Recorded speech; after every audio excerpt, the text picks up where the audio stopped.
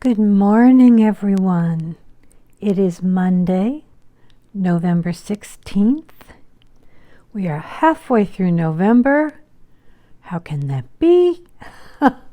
Thanksgiving is a week and a half away, and I just can't get over it. But it is a beautiful, sunny, cool day here on the coast of North Carolina.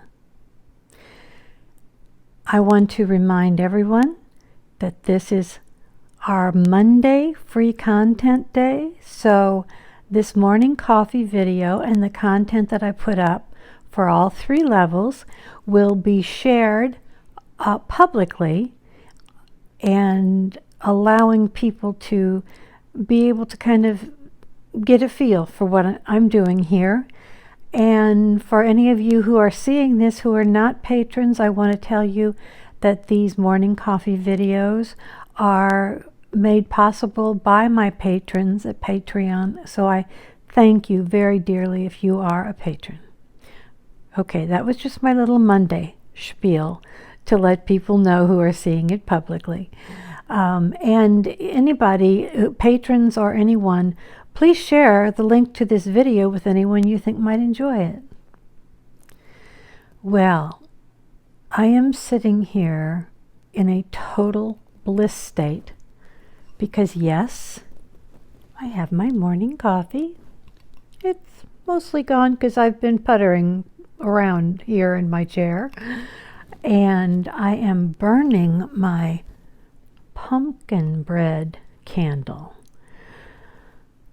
I so love natural soy-based candles that are scented, but I don't like flowery kinds of things. I like now the pumpkin spicy sort of fragrances seem to go so well with fall. And I have one that I will be using after Thanksgiving that is called Christmas Tree. And it is really just like coming into a forest of Fraser firs. I love that.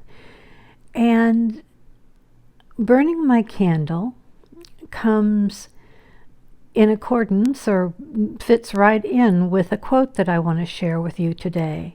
A thought that kind of can take you through your day or your week. And it is by the wonderful, wonderful writer Zora Neale Hurston, who wrote the classic, which I dearly loved, Their Eyes Were Watching God. I might not have the title exactly correct. It's been 20 years or more since I read it. But I came across a quote that I loved so much that is so in line with what I've been talking about and writing about in my blog post yesterday about compassionate listening, and also what do you need now with COVID, the recent election just over, but all the hoo-ha that's going on afterwards, the holidays fast approaching, they will be here in a blink of an eye, and all of the life stressors we all already have in our own individual lives. With all of that going on, we still have to stay the course and keep going in whatever way we can. I believe that starts with what I have long taught and am now working on in the level 3 tier in making an ebook and an e-course about accepting what is. Amidst it all, we must accept what is and then make the best that we can of our days and our lives. I've said this before, but I'm just putting that as a little reminder because then listen to what Zora Neale Hurston had to say. Here was peace. She pulled in her horizon like a great fishnet, pulled it from around the waist of the world and draped it over her shoulder. So much of life in its meshes, She called in her soul to come and see. I love that. She pulled from around the waist of the world and draped it over her shoulder. To me, that speaks to the notion of accepting what is and acknowledging that there is so much more here for us, available to us, surrounding us, that we don't take time to see. And I'm looking around my cozy little cottage here at Dragonfly Cottage, and I'm smiling because there are just so many things.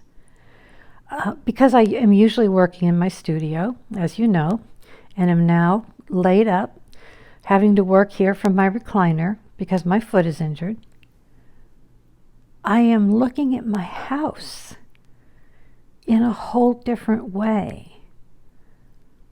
I am, as Hurston said, pulling around the waist of the world, pulling around her waist, everything in the world.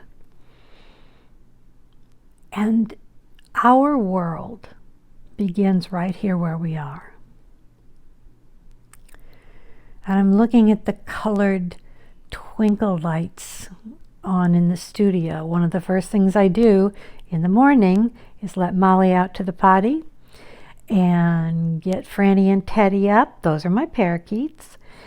And sing to them and talk sweetly to them while I get them their fresh food and water.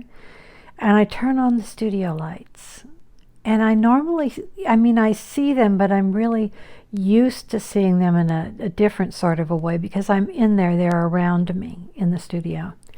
But this room, which I call the cozy room, and what most people would think of as a den, it is my cozy room in many ways.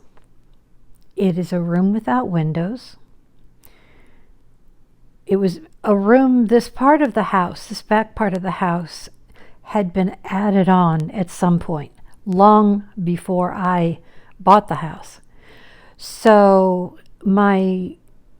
this house would have stopped over here to my left where the kitchen is. They added on what is now my studio with a deck outside of it, this room, and the laundry room that you see through the door there, the dragonfly door, and which goes out into the garage. So they added the garage, they added all of these things. And this room that has the studio on one side and the laundry room on the back, but has where there used to be maybe windows that you could see outside, is now goes into the garage. So I love windows. I love to be able to see outside. And I have that. The windows go all the way around two sides of my studio. And you'd think I lived in a forest looking out the back, because I have my nearly an acre here, and it is surrounded by old trees and woods. And that's what I look out into from the windows. But there's something about this room here that tucked in between the studio and the laundry room. The fireplace is right there on that side of me. And 3 steps up is where the kitchen is. And there's just a half wall so that I can see here, sitting down in the cozy room, into the kitchen.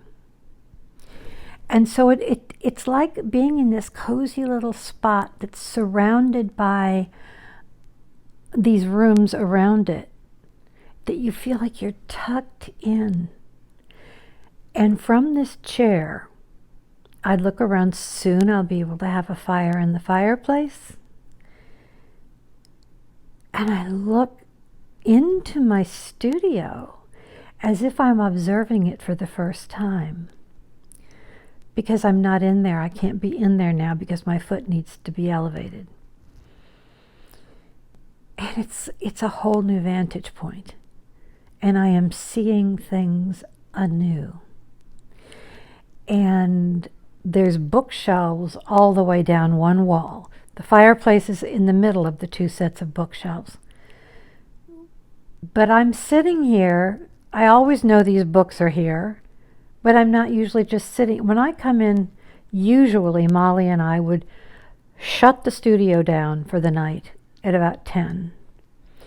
And then we come in here and it's fairly dark. I have a little light on and the TV will be on. I'll be watching a little Netflix. But I don't see the books. I can't really see the books because it's, semi-dark. Now I'm looking at these books and I'm thinking, oh, I want to read that again. We have so much present here in our lives that we forget about. Last week, I did an exercise that was one that I shared publicly called the gathering basket. And that is all about having some kind of I love the old-fashioned woven baskets, and I had so many, which I shared a picture of with you all. I would store yarn in, or art supplies, or journal keeping supplies, or whatever. And I'd have these baskets full of different types of things. So I could just pick one up and carry it, like if I was coming into the other room, pick up my yarn, which had knitting needles, crochet hooks in with the yarn, or bring my art supplies in here to doodle around a bit, or bring my journal keeping supplies in, which would also have an X-Acto knife, scissors, glue sticks, old magazines, so that I could tear things apart and collage in my journal. But I talked about last week the gathering basket, where if you don't have a basket, and we really can't get out to get one. I had a lot of them I'd collected over the years. I lost them all in my house fire in 2014. So I am without the kind of baskets I've always loved, but I have tote bags, and I have little plastic bins that are bright red that I got at the dollar store. They're in two sizes, but they're about this big. They have an opening for a handle on each end. I have one right here next to me now with all kinds of things in it. If you take something, whatever you've got, it could be a cardboard box, and you could paint it, collage it, do whatever you want, glue things on it, sparkly things, doodle. Take one around your house. It is your gathering basket. And gather into it those things that are precious, that bring you joy, that you want to have at hand. Make different baskets for different things so you can move things from room to room, which really avoids having like piles of clutter everywhere. They can stay neatly in the basket. I always think of them as portable studios. But this is all part of the comfort that we need right now during these difficult days, of having things close to us. Go around your house like someone who has just stepped in from the outside and is encountering it for the first time. Imagine in each room, look slowly and carefully around at the things that are in it. A tiny little trinket that has a marvelous memory, a really heartwarming memory attached. A favorite old book that maybe you've read multiple times and not for a long time and want to read again, put it in the basket. Maybe you have a candle that you love that you want to bring into another room but you haven't used in a long time. Put it in the basket. And the whole point of the exercise is to become very, very present and very aware of what you do have. When I ask, what do you need now? There are things that we can't, from a practical level, perhaps get. I have lots of things that I need. I mean, literally, I order so much from Amazon. I mean, bird food, toothpaste, those kind of things that I need because I'm disabled and agoraphobic and now have a foot up in the air. I'm so sorry. I've got like a little thing caught in my throat.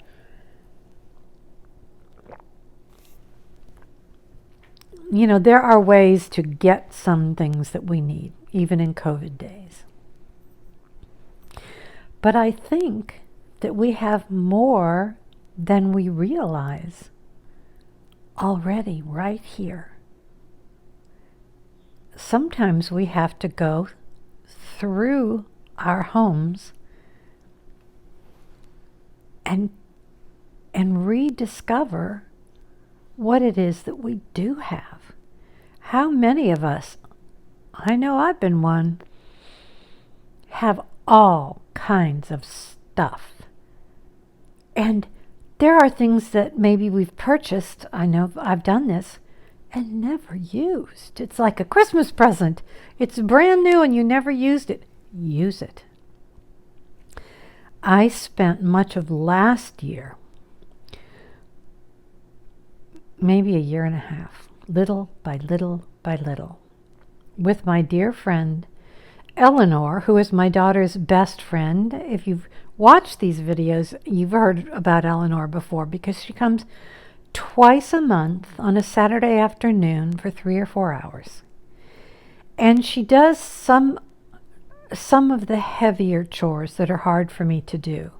I don't have any carpet in the whole house. And it's very difficult for me, even before my foot, to get everything mopped like I'd like. So she sweeps and mops all the floors in the whole house and cleans the bathrooms. That's huge. And then I can do the rest of the housework, usually without the foot. But then we weren't really thinking, we weren't Marie Kondo decluttering. I listened to Marie Kondo's book on an audiobook, and it was horrifying to me. Get all the books in your house and put them in the middle of the floor and only put back the books that you really, really, really want to keep. Lord, child, I've got bookshelves in every room in my house. If I got all those books off all those shelves in the middle of each floor in every room, I could live another 20 years and I'd never get them up on the shelves. No, Marie Kondo is a little too minimalist, and her approach just is a little bit horrifying to me.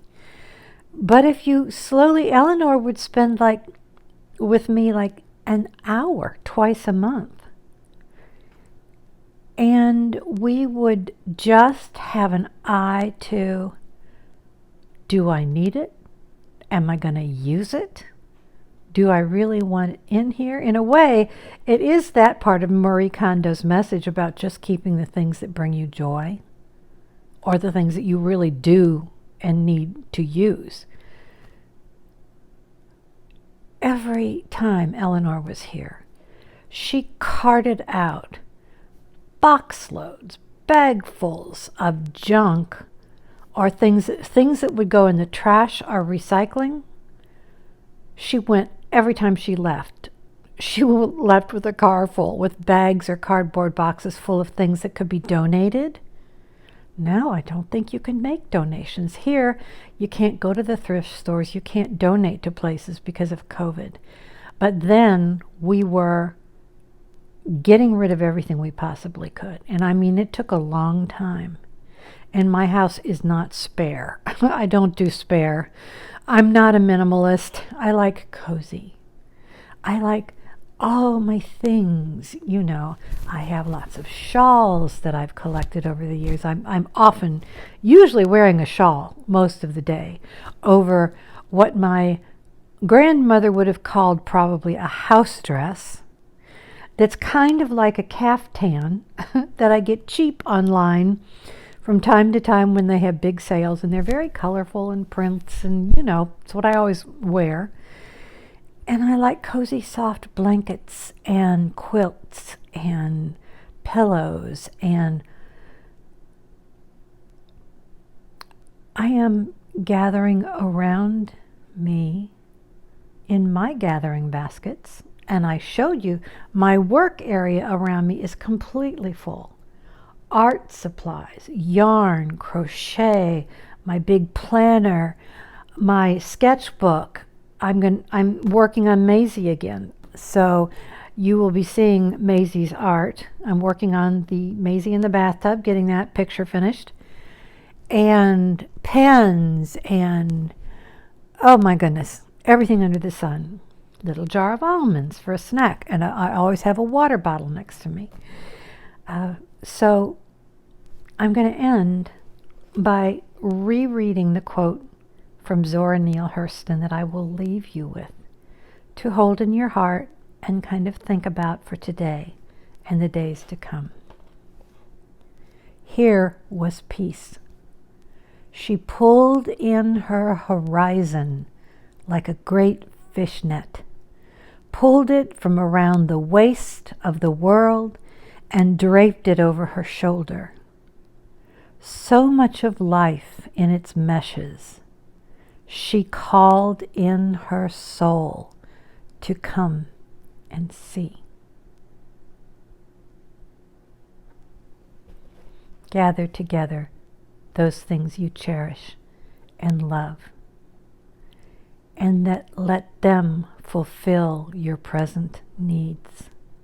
See how many riches you do have right where you are, and have a beautiful day. I will see you tomorrow morning over coffee, and I will be in the Patreon in the room producing content that I will release to the public. I hope you all enjoy it. Many blessings and much love.